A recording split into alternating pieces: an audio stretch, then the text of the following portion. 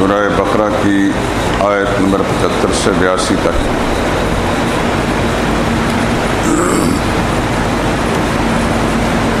اعوذ باللہ من الشیطان الرجیم. بسم اللہ الرحمن الرحیم.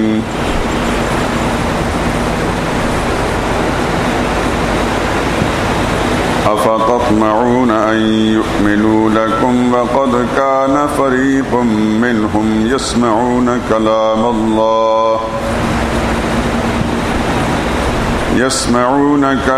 الله ثم يحرفونه من بعد ما عقلوه وهم يعلمون.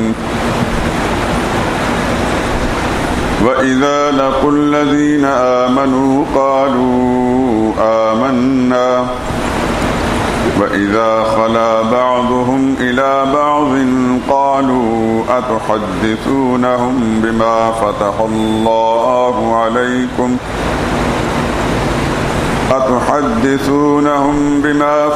اللَّهُ عَلَيْكُمْ لِيُحَاجُّوكُم بِهِ عِندَ رَبِّكُمْ أفلا تعقلون. أولا يعلمون أن الله يعلم ما يسرون وما يعلنون. ومنهم أميون لا يعلمون الكتاب إلا أماني وإن هم إلا يظنون. فويل للذين يكتبون الكتاب بأيديهم ثم يقولون هذا من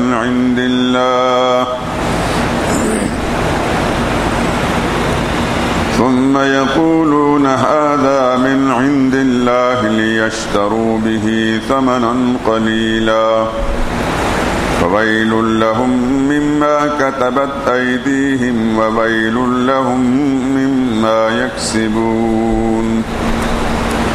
وقالوا لن تمسنا النار إلا أياما معدودة قل أتخذتم عند الله عهدا فلن يخلف الله عهده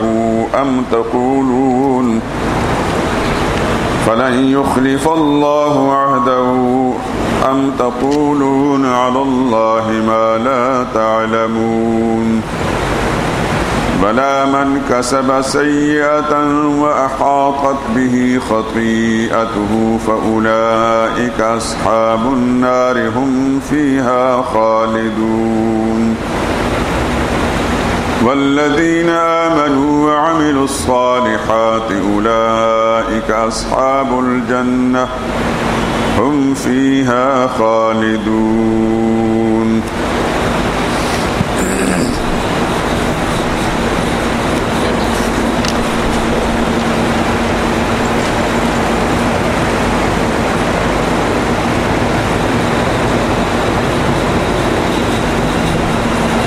أفتطمعون،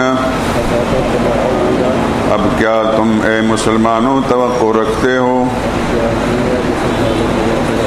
ان یؤمنوا لکم کہ وہ تمہاری بات مانیں گے. وقد كان فریق منہم، اور ان میں سے ایک فرقہ تھا، یسمعون کلام اللہ، جو سنتا تھا اللہ کے کلام کو، ثم یحرفونہ، پھر اس کو بدل ڈالتے تھے، من بعد ما عقلوہ، اس کے سمجھ لینے کے بعد، وہم یعلمون، اور وہ جانتے تھے. وَإِذَا لَقُوا الَّذِينَ آمَنُوا، اور جب ملتے تھے ایمان والوں سے، قالوا آمنا، تو کہتے تھے کہ ہم بھی مسلمان ہوئے. وَإِذَا خَلَا بَعْضُهُمْ، اور جب تنہا ہوتے ایک دوسرے کے پاس،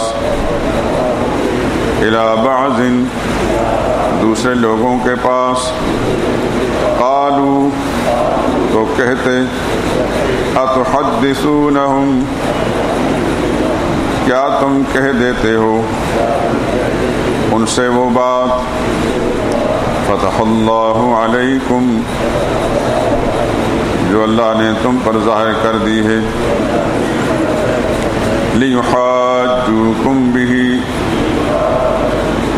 تاکہ تمہیں جھٹلائیں اس سے، عند ربکم تمہارے رب کے آگے، افلا تعقلون کیا تم سمجھتے نہیں، اولا یعلمون کیا وہ اتنا بھی نہیں جانتے، ان اللہ یعلم کہ اللہ کو تو معلوم ہے،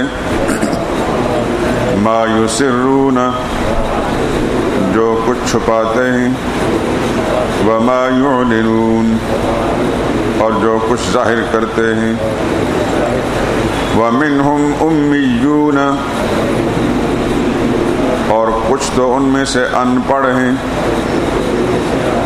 لا یعلمون الکتاب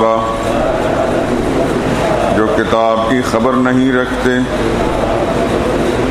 الا امانیہ سوائے جھوٹی امیدوں کے، وَإِنْهُمْ إِلَّا يَظُنُّونَ ان کے پاس کچھ بھی نہیں مگر خیالات ہیں، فَوَيْلٌ لِّلَّذِينَ سو بربادی ہے ان لوگوں کے لیے، يَكْتُبُونَ الْكِتَابَ بِأَيْدِيهِمْ کہ لکھتے ہیں کتاب اپنے ہاتھ سے، ثم یقولون پھر کہہ دیتے ہیں، ھذا من عند اللہ یہ کتاب اللہ کی طرف سے ہے، لیشتروا بہ تاکہ لے لیں اس کے بدلے پر، ثمنا قلیلا حقیر سا معاوضہ، فویل لہم سو بربادی ہے ان کے لیے، مما کتبت ایدیہم ان کے اپنے ہاتھوں سے لکھے ہوئے پر، وویل لہم اور بربادی ہے ان کے لیے، مما یکسبون اپنی اس کمائی پر، وقالوا اور کہتے ہیں، لن تمسنا النار ہم کو ہرگز آگ نہ چھوئے گی، الا ایاما معدودہ مگر گنے چنے چند روز، قل اتخذتم کہہ دیجئے کیا تم لے چکے ہو، عند اللہ عہدا اللہ سے کوئی وعدہ، فلن یخلف اللہ عہدہ تو پھر ہرگز اللہ اپنے وعدے کے خلاف نہ کرے گا، ام تقولون یا تم کہتے ہو، علی اللہ ما لا تعلمون اللہ پر وہ بات جو تم نہیں جانتے، بلا کیوں نہیں، من کسب سیئۃ جس نے کوئی گناہ کمایا، وَأَحَاطَتْ بِهِ خَطِیئَتُهُ اور گھیر لیا اس کے گناہ نے، فَأُولَئِكَ أَصْحَابُ النَّارِ تو ایسے لوگ دوزخ میں لینے والے ہیں، ہم فیہا خالدون وہ اس میں ہمیشہ رہیں گے، والذین آمنوا اور وہ لوگ جو ایمان لائے، وعملوا الصالحات اور انہوں نے نیک کام کیے، اولئک اصحاب الجنہ، وہی لوگ جنت کے رہنے والے ہیں، ہم فیہا خالدون،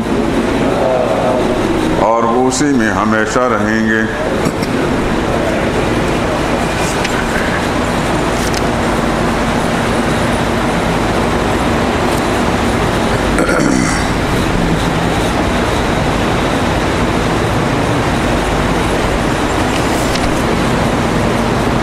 گزشتہ آیات میں جو ترتیب کے اعتبار سے بنی اسرائیل کے جو حالات بیان کیے جا رہے ہیں، ان کے حالات میں سے نوع ثانی کا ذکر تھا۔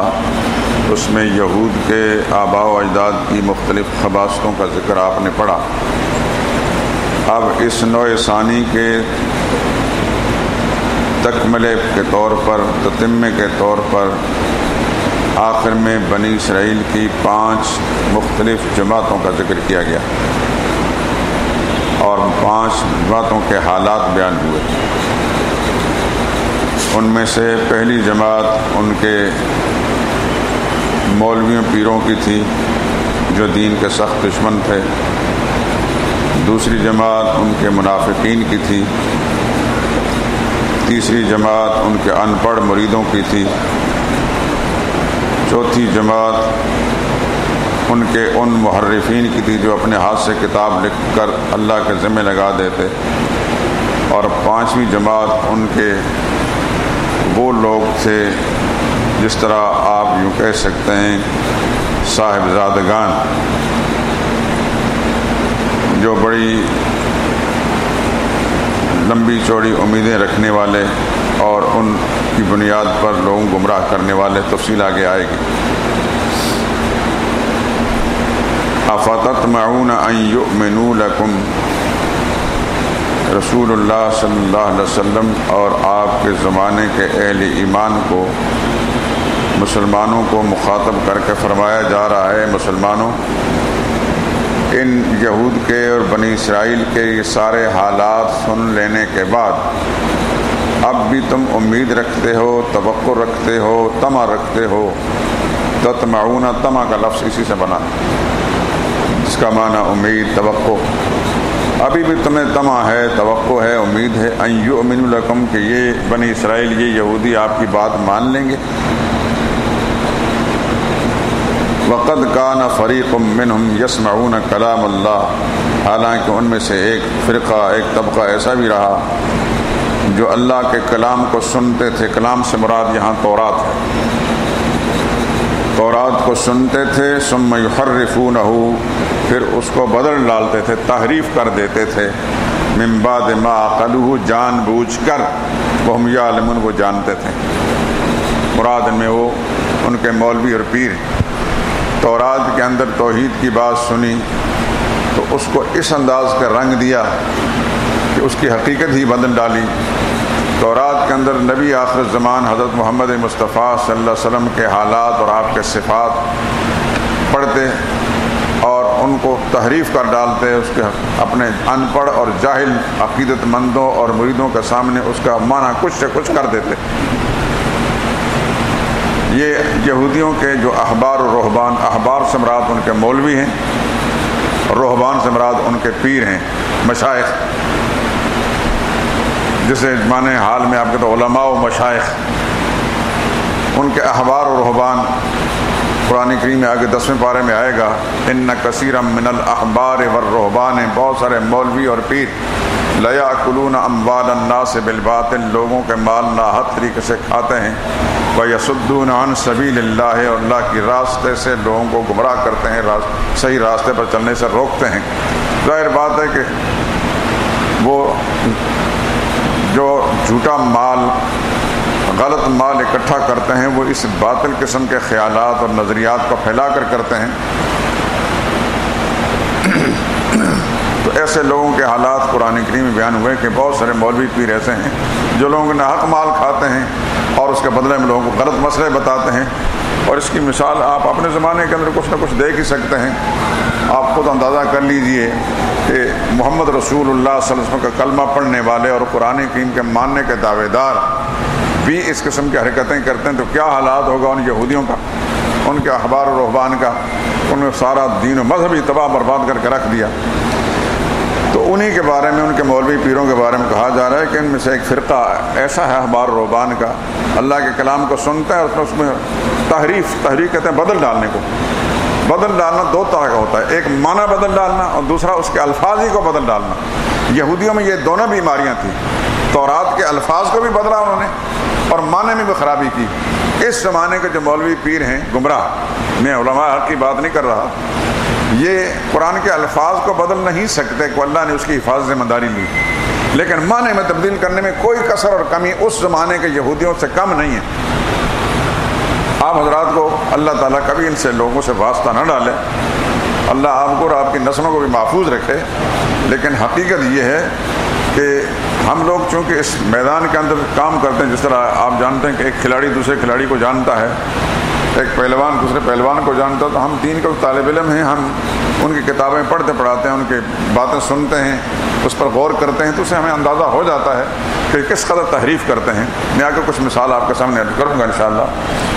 تو انہوں نے یہودیوں کے ان احبار و رہبان نے اللہ کے کلام کو سنا، یعنی تورات کو سنا، ثم یحرفونہ، پھر اس کو بدل ڈالتے تھے، من بعد ما عقلوہ، جان بوجھ کر، وہم یعلمون، اور وہ جانتے تھے.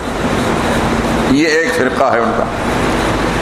دوسرا طبقہ ہے ان کے منافقین کا. وَإِذَا لَقُوا الَّذِينَ آمَنُوا، جب وہ ملتے ہیں مسلمانوں سے، منافقین یہودی، قالوا آمنا، تو خوشامد کے طور پر مسلمانوں کو خوش کرنے کے لیے کہہ دیتے ہم بھی مسلمان ہو گئے، ہم بھی مسلمان ہو گئے. لیکن وَإِذَا خَلَا بَعْضُهُمْ، جب تنہا ہوتے کچھ ان کے دوسرے یہودیوں کے پاس، یعنی جب مسلمانوں سے ہٹ کر اپنے لوگوں کے پاس جو پرانے ان کے تھے ان کے پاس ملتے تو ان کو جا کر کہتے، تو وہ چونکہ پکے یہودی تو کہنے کہ تم ان مسلمانوں سے مل کر ان کی خوشامد کے طور پر اپنے راز ان کو دے دیتے ہو بدبختو. اتحدثونہم، کیا تم ان کو کہہ دیتے ہو، بما، وہ بات، فتح اللہ علیکم، جو اللہ نے تم پر کھولی ہے. یعنی تمہاری تورات کے اندر جو بات واضح طور پر ہے، لیکن اس کا بیان کرنا ان مسلمانوں سے خطرہ سے خالی نہیں. تم اگر سچ سچ بات بتا دو گے کہ تورات میں یہ لکھا ہے، تو پھر مسلمانوں کا عقیدہ بھی سچا ثابت ہوگا اور مسلمانوں کا نبی بھی سچا ثابت ہوگا. وہ بات اللہ نے تورات میں لکھی ہے، اور ہماری بھلائی اسی میں ہے کہ ان کے نبی کی تصدیق بھی نہ کریں، ان کے عقیدہ کی بھی تصدیق نہ کریں. تم کس قدر کم عقل لوگوں کو ان کے سامنے جاتے ہو، ان کو خوش کرنے کے لیے یہ باتیں کھول دیتے ہو. لِيُحَاجُّوكُمْ بِهِ عِندَ رَبِّكُمْ، تاکہ وہ تم کو جھٹلائیں. کل جب بحث مباحثہ ہوگا، گفتگو ہوگی، تو تمہاری باتیں لے کر تمہارے خلاف استعمال کریں گے. تم فلاں وقت میں یہ کہہ چکے ہو کہ ہماری تورات میں یہ بات لکھی ہے، تو تمہارے ساتھ مناظرہ کریں گے، جھٹلائیں گے تم کو ایسی باتیں لے کر تمہارے رب کے پاس. افلا تعقلون، کیا تمہارے پاس عقل نہیں ہے؟ اس کا جواب اللہ تعالیٰ نے دیا، تردید کی. اولا یعلمون، کیا ان کم بختوں کو اتنا بھی پتہ نہیں، یہ بات نہیں جانتے کہ ان اللہ یعلم، یہ بیان کریں یا نہ کریں اللہ کو تو معلوم ہے سچ کیا اور جھوٹ کیا ہے. یقیناً اللہ جانتا ہے ما یسرون، جس بات کو وہ چھپاتے ہیں، وما یعلنون، جس کو وہ ظاہر کرتے ہیں. وہ حق بات کو چھپاتے ہیں اور باطل نظریے کو ظاہر کرتے ہیں. اللہ کو تو سب معلوم ہے کہ حق کیا ہے اور باطل کیا ہے، لیکن اپنے باطل موقف کو سچ ثابت کرنے کے لیے یا اپنے آپ کو بچانے کی خاطر یہ چال بازیاں کرتے ہیں، اور اللہ ان کی ساری چال بازیوں کو جانتے ہیں. تیسرا گروہ منہم امیون، ان پڑھ مریدوں کا. اپنے زمانے میں دیکھ لیں،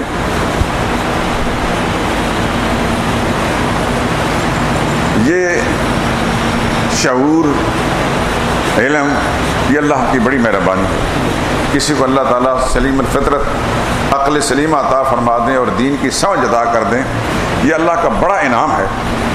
سرور کائنات صلی اللہ علیہ وسلم کا ارشاد ہے، من یرد اللہ بہ خیرا یفقہہ فی الدین، اللہ جس پر مہربانی کرنا چاہتے ہیں تو اللہ کی مہربانی کی نشانی یہ ہوتی ہے کہ اللہ اس کو دین کی سمجھ دے دیتے ہیں. اپنے زمانے میں آپ اپنے ماحول میں، اپنے دوستوں میں، اپنے رشتہ داروں میں، اپنے محلے داروں میں، ملنے جلنے والوں میں جب دیکھیں کہ کوئی آدمی اس کو دین کی سمجھ آ گئی ہے تو سمجھ لو کہ اللہ پاک نے اس پر کرم کر دیا۔ ہمارا مزاج یہ بن چکا ہے کہ جس کو بہت سارا مال مل گیا، بڑے عہدے پر چلا گیا، تو کہتے ہیں اللہ کی بڑی مہربانی ہے اس پر۔ یقیناً کسی آدمی کا محتاج نہ ہونا، آسودہ حال ہونا، یہ اللہ کی طرف سے کرم نوازی ہے، لیکن یہ وہ انعام نہیں، یہ دنیا کا مال مل جانا یہ اللہ تعالیٰ کی رضامندی اور خوشنودی کی علامت نہیں۔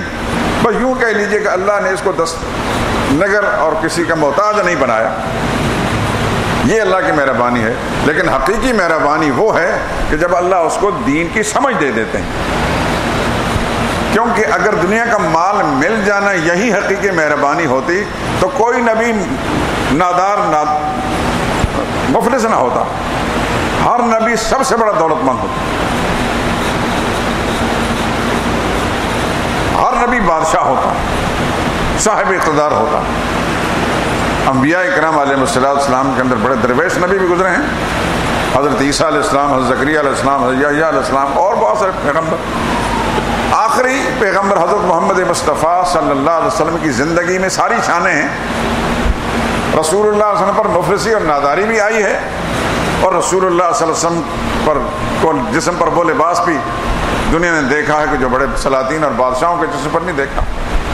ساری شانیں، چونکہ آخر زمان پیغمبر تھا تو اللہ نے سارے نبیوں کے کمالات ان کی ذات میں جمع کر دیے۔ مولانا قاسم نانوتوی رحمۃ اللہ تعالیٰ علیہ، بانی دارالعلوم دیوبند، انہوں نے ایک قصیدہ لکھا ہے رسول اللہ صلی اللہ علیہ وسلم کی شان میں، اس کو قصیدہ بہاریہ کہتے ہیں، بڑی لمبی ایک نظم ہے۔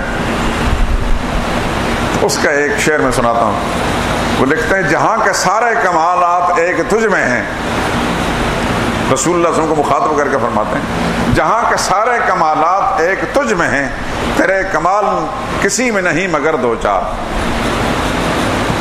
تیرے کمال کسی میں نہیں مگر دو چار، جہاں کے سارے کمالات ایک تجھ میں ہیں۔ تو حضور صلی اللہ علیہ وسلم کی ذات میں ساری شانیں اللہ نے جمع فرما دی۔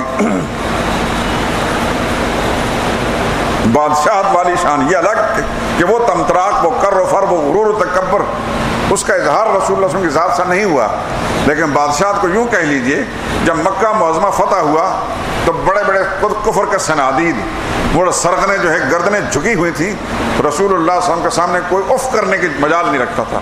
یہ بادشاہت والی شان۔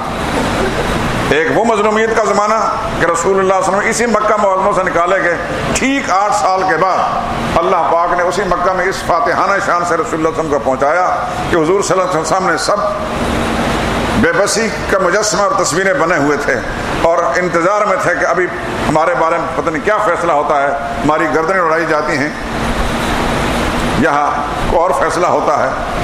تو کسی ایک صحابی جو بہت ہی شتم رسیدہ تھے، بہت زخم اٹھائے ہوئے تھے، ان کی زبان سے کہیں نکل گیا، الیوم یوم الملحمہ، آج خون ریزی کا دن ہے، ان دشمنوں سے خوب بدلہ لیا جائے گا۔ لیکن وہ ذات جس کو سراپا رحمت بنا کر بھیجا تھا اللہ نے، رحمت للعالمین صلی اللہ علیہ وسلم، حضور نے اس صحابی کو مخاطب فرمایا، مت کہو یہ بات، الیوم یوم المرحمہ، آج مہربانی کا دن ہے، آج درگزر کرنے کا، معاف کرنے کا دن ہے۔ رسول اللہ صلی اللہ علیہ وسلم اس موقع پر فرمایا، جو بیت اللہ میں پناہ لے لے گا اس کو فهو آمن، اس کو امن مل جائے گی۔ من دخل دار ابا سفیان فهو آمن، اور جو ابو سفیان کے گھر میں جا کر پناہ لے لے گا اس کو بھی امن مل جائے گی۔ تو وہی خون کے پیاسے، وہی ظلم ستم کرنے والے سب کو رسول اللہ صلی اللہ علیہ وسلم نے فرمایا، اذهبوا انتم الطلقاء، جاؤ تم سب آزاد ہو۔ صلی اللہ علیہ وسلم، سرور کائنات صلی اللہ علیہ وسلم کی کفار یہود و نصارہ کے جو سلیم الفطرت لوگ ہیں، وہ مجبور ہو گئے حضور صلی اللہ علیہ وسلم کے ان کمالات اور ان خوبیوں کو ماننے اور اس کا اظہار کرنے پر۔ کسی غیر مسلم نے 100 بڑے لوگ کتاب لکھی ہے جس کو ترجمہ ہو گیا، اس میں عیسیٰ علیہ السلام کا تذکرہ ہے، اور اپنے ان کے جو بڑے بڑے دانشور گزرے ہیں جن کو بہت بڑا انسان سمجھتے ہیں، بہت بڑی شخصیت سمجھتے ہیں، مجبور ہوئے ہیں رسول اللہ صلی اللہ علیہ وسلم کو پہلا نمبر دینے پر، غیر مسلم ہو کر رسول اللہ کے دین کے دشمن ہو کر مجبور ہو گئے کہ حضور صلی اللہ علیہ وسلم کے جو کمالات ہیں ان کو ہم پیچھے رکھ نہیں سکتے۔ تو خیر عرض کر رہا تھا کہ دین کی سمجھ آ جانا یہ اللہ کی بڑی مہربانی ہے، اور دین کی سمجھ نہ ہونا یہ بہت بڑا المیہ ہے۔ اس زمانے میں بھی آپ حضرات نے تجربہ بھی کیا ہوگا، ہم بھی روزمرہ کی زندگی میں دیکھتے ہیں، چونکہ ہم اسی لائن کے لوگ ہیں، طالب علمانہ زندگی گزارتے ہیں، کوئی اچھی بات کہیں سے مل جاتی ہے اس کو پڑھتے ہیں، اس کو سمجھتے ہیں، اور لوگوں سے جب ملتے ہیں ان کی گفتگو جب سنتے ہیں، اور جو گفتگو سے ہمیں ان کی جہالت کا اور بالکل کم عقلی کم فہمی نادانی کا جب احساس ہوتا ہے تو بڑا دکھ بھی ہوتا ہے کہ دنیوی لحاظ سے ٹھیک ٹھاک آدمی ہے، لیکن گفتگو جو کر رہا ہے تو اس میں کس قدر جہالت اور کس قدر ناواقفیت موجود ہے۔ تو قرآن کریم نے یہاں ان کے ان پڑھ مریدوں کا ذکر کیا، تیسری جماعت کا، وَمِنْهُمْ أُمِّيُّونَ، کچھ ان میں سے بالکل ان پڑھ لوگ، لا یعلمون الکتاب، کتاب کے بارے میں کچھ نہیں جانتے۔ آپ اس زمانے میں دیکھیں، مزدور طبقہ، دیہاتوں میں رہنے والے، ایک لمبی مخلوق ہے، سارے مسلمان کہلائیں گے، ایک لفظ قرآن کریم کا معلوم نہیں، کروڑوں کی تعداد کے اندر ہیں سب مسلمان کہلانے والے، جس کو خود ہی اللہ کے دین کا پتہ نہیں، وہ کسی غیر مسلم کو، کسی یہودی کو، کسی عیسائی کو، کسی ہندو کو، کسی سکھ کو، کسی داہریے کو اللہ کے دین کا پیغام کیا پہنچائے گا جس کو خود ہی پتہ نہیں ہے مسلمان۔ اور مسلمان کہلانے کے ناطے اس کی ذمہ داری بنتی ہے کہ اللہ کے احکام، اللہ کے دین، اللہ کی کتاب کا پیغام ان پڑھ لوگوں، ان غیر مسلموں کو جو اس دین سے تعلق نہیں رکھتے ان کو یہ پیغام پہنچائیں۔ یہ مسلمان ہونے کے ناطے اس کی ذمہ داری میں شامل ہے کہ ہر مسلمان دین کا داعی اور مبلغ ہے۔ صرف مسلمان اپنی ذات کی حد تک کلمہ پڑھ لینا یا نماز روزہ کر لینا یہ کافی نہیں، مسلمان ہونے کے ناطے اس کی ذمہ داری ہے کہ وہ اللہ کے دین کا پیغام دوسروں تک پہنچائے، جیسے رسول اللہ صلی اللہ علیہ وسلم نے کیا، اور رسول اللہ صلی اللہ علیہ وسلم کے صحابہ اکرام ایسا کرتے تھے۔ لیکن آپ دیکھ رہے ہیں کہ ایک بڑی تعداد میں لوگ، بہت بڑی تعداد کے اندر لوگ بالکل ایک لفظ بھی اللہ کے قرآن کا نہیں جانتے، مانا مطلب ان کو اپنے مذہب کا پتہ، خود پتہ نہیں کہ ہم مسلمان ہیں، مسلمان کسے کہتے ہیں، کلمے کے جو الفاظ ہیں وہ بھی صحیح نہیں پڑھ سکتے، اس کے معنی کا کیا پتہ چلے گا؟ اگر فرض کرو اس کے الفاظ صحیح پڑھ بھی لیے تو وہ کیا جانیں گے کہ ان الفاظ کے اندر یہ جو بول ہم نے بولے ہیں اس کا کیا مطلب ہے، ہم نے اللہ کے ساتھ کیا اقرار کیا ہے، کیا اللہ ہم سے پوچھنا چاہتے ہیں، اللہ ہم سے کیا منوانا چاہتے ہیں، جسے خود ہی پتہ نہیں، جو خود سویا ہوا ہے کسی دوسرے سونے والے کو کیا جگائے گا۔ اس زمانے کے یہودیوں میں سے کچھ لوگ ایسے تھے، منہم، بعض ان میں سے، امیون، ان پڑھ لوگ ہیں، لا یعلمون الکتاب، کتاب کا کچھ علم نہیں رکھتے، الا امانی، یہ کتاب سے مراد تورات، کچھ تمنائیں ہیں، آرزویں ہیں، جھوٹے خیالات ہیں جو ان کے مولویوں پیروں نے ان کو سمجھا رکھے ہیں، جیسا کسی نے سبق پڑھا دیا بس اسی پر چل رہے ہیں۔ بس اس زمانے میں ان پڑھوں کو آپ دیکھیں گے تھڑے پر بیٹھنے والے، گلیوں میں کوچوں میں پھرنے والے، ایک سبق کسی نے دے دیا، اللہ بڑا غفور رحیم ہے، اگلا جملہ نہیں سنا کہ اللہ قہار و جبار بھی ہے، اللہ بڑا غفور رحیم ہے، نہ نماز کی ضرورت، نہ روزے کی ضرورت، نہ حلال نہ حرام کا فرق کرنے کی ضرورت، نہ جائز ناجائز کی کوئی تمیز نہیں، کوئی ذمہ داری نہیں، بس ایک حیوان کی طرح کھانے پینے کا سامان اس پر محنت کرنا، اکٹھا کرنا، کھا لیا اور سو لیا، اگلے دن پھر لگ گیا اس کام کے اندر، یہی زندگی کا مشن ہے، ایک دن مر گیا۔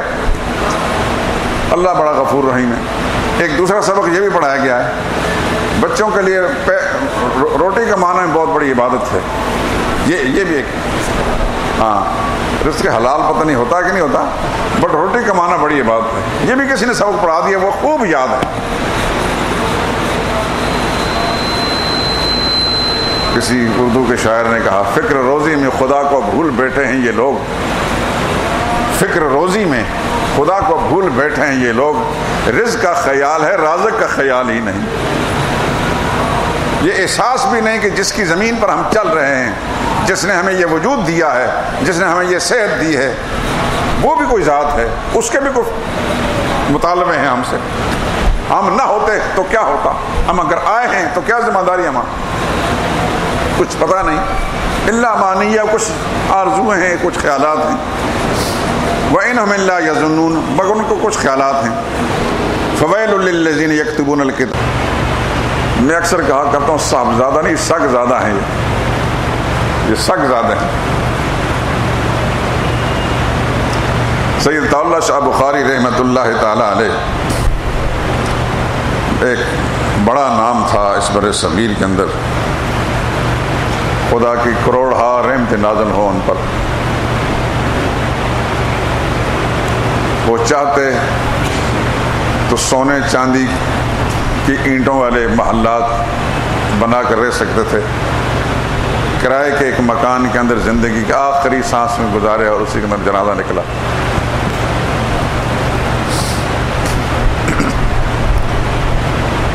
درس متحمل نہیں اتنا ٹائم کہ ان کے بارے میں کوئی لمبی باتیں کی جائیں. عجیب انسان تھے، عجیب انسان تھے.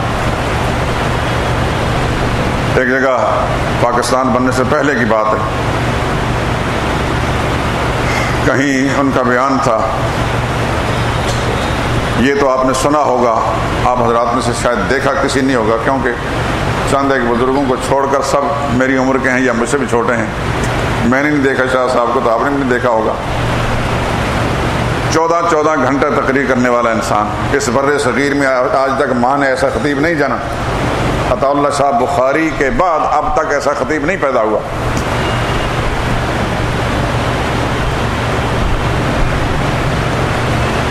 تو تقریر کر کے رات کے پچھلے پہر میں وہ آرام فرما رہے تھے. تو ظاہر ہے کہ تھکا ہارا انسان ہو تو نیند آ جاتی ہے. اچانک جو ان کی آنکھ کھلی، مولانا حسین عبد مدنی رحمۃ اللہ تعالی شاہ صاحب کے پاؤں دبا رہے تھے.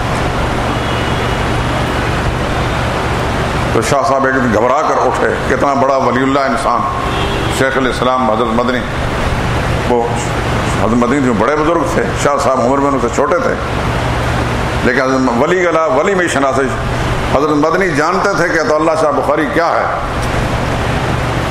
اتنا بڑا انسان ویسے کسی کے پاؤں نہیں دباتا. لیکن بہرحال شاہ صاحب کا جو کے ذہن میں ان کا ایک مقام تھا، ان کا عظمت احترام تھا. اٹھ کر تو کہنے لگے حضرت میں معافی چاہتا ہوں، یہ آپ کیا کر رہے ہیں، میں تو آپ کے قدموں کی خاک ہوں. فرمانے لگا تم جو کچھ کہہ رہے ہو یہ تمہارے خیالات ہیں، میں جانتا ہوں تم کیا ہو. حضرت مدنی وہ انسان ہیں جن نے 22 برس بیٹھ روزہ رسول کے پاس بیٹھ کر مسجد نبوی کے اندر حدیث پڑھائی ہے. 22 سال تک. اگر کوئی آدمی بد دیانت نہ ہو، کیونکہ اس سے کوئی خیر کی توقع نہیں رکھی جا سکتی، تو دشمن بھی اگر ہے، دشمن بھی بشرطے کہ دیانتدار ہو، مولانا حسین مدنی کی عظمت کا اقرار کرے. آپ کو میں ایک کتاب کا نام بتاتا ہوں، اللہ تعالیٰ توفیق دے تو خرید کر پڑھ لیں. اس کا نام ہے نقش حیات. نقش حیات، نون قاف شین حیات. حضرت مدنی نے اپنی زندگی کے حالات لکھے اس پر. اس کے ابتدائی حصہ پڑھ کر انسان روئے بغیر نہ رہ نہیں سکتا. کیسے کیسے مشکل حالاتوں پر گزرے، زندگی کی جو نشیب و فراز ان کے آئے ہیں، انسان حیران رہ جاتا. پھر پتہ چلتا کہ کیا انسان تھا وہ.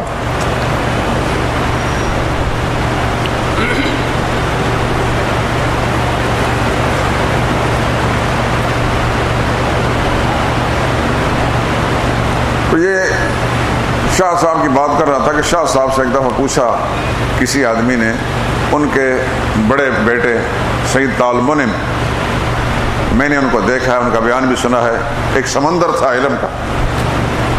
موچی دروازہ میں نے تقریر سنی ان کی 1970 میں، جب میں 2-3 سال ہوئے تھے لاہور میں جامعہ شریفیہ میں پڑھ رہا تھا. بہت بڑا جلسہ تھا. عطا اللہ شاہ بخاری رحمہ اللہ کے بڑے فرزند سید عطاء بخاری تقریر کر رہے تھے، ایک بڑا مجمع تھا، علماء کا جمع غفیر تھا، 3 گھنٹے مسلسل انہوں نے تقریر کی، پورے مجمع پر ایسا سحر و گداز تھا کہ جیسا یہاں کوئی انسان زندہ ہے نہیں۔ اور جب شاہ صاحب رحم اللہ کی تقریر ختم ہوئی تو پورا مجمع اٹھ کھڑا ہوا، اسٹیج سے بڑے اعلان کیا کہ فلاں صاحب بیان کریں گے، فلاں صاحب بیان کریں گے، پھر کسی نے بیان نہیں سنا۔ پھر موقع ملا تو میں کچھ مندرجات ان کا سناؤں گا۔ بڑے باپ کا بڑا بیٹا تھا، بڑا عظیم انسان، تو وہ چھوٹے سے اس وقت شاہ صاحب کے ساتھ کہیں گئے تھے، تو کسی شخص نے پوچھا حضرت جی آپ کے صاحبزادے ہیں؟ تو شاہ صاحب نے فرمایا یہ میرا بیٹا ہے۔ پھر کسی آدمی نے پوچھا یہ آپ کے صاحبزادے ہیں؟ فرمایا یہ میرا بیٹا ہے۔ لفظ صاحبزادہ سے شاہ صاحب کو بڑی چڑ ہوتی تھی، تو فرمایا کرتا تھا نعوذ باللہ من الگان والبان، اللہ کی پناہ گان اور بان سے۔ یہ صاحبزادگان کہتا ہے یہ جو صاحبزادے بن جاتے ہیں ان سے خدا کی پناہ، پھر یہ گمراہ ہوتے ہیں۔ ہم نے بھی اپنے زمانے بہت سارے صاحبزادے دیکھے، آپ بھی دیکھتے ہوں گے، جن کے دامن میں کوئی خیر نہیں ہوتا، کوئی علم نہیں ہوتا، کوئی خوبی نہیں، کوئی نیکی نہیں، کوئی تقوی نہیں، اپنے قد کو اونچا کرنے کے لیے پھر کہ میں فلاں صاحبزادہ ہوں، فلاں صاحبزادہ ہوں۔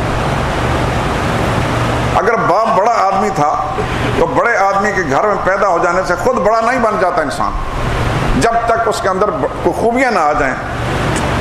عربی کا ایک شاعر کہتا ہے کن ابن من شئت واکتسب ادبا، تو جو کچھ بھی ہے ہو، علم حاصل کر، کمال حاصل کر، یغنی کا محمود عن النسبی، تمہارے اندر خوبیاں اور کمالات آ گئے نا، پھر کسی نے یہ کہنا کہ یہ موچی کا بیٹا تھا، یہ جولاہے کا بیٹا تھا، یہ کسی علامے کا بیٹا تھا، تمہارے کمالات کو دیکھ کر لوگ تمہیں بڑا آدمی سمجھیں گے۔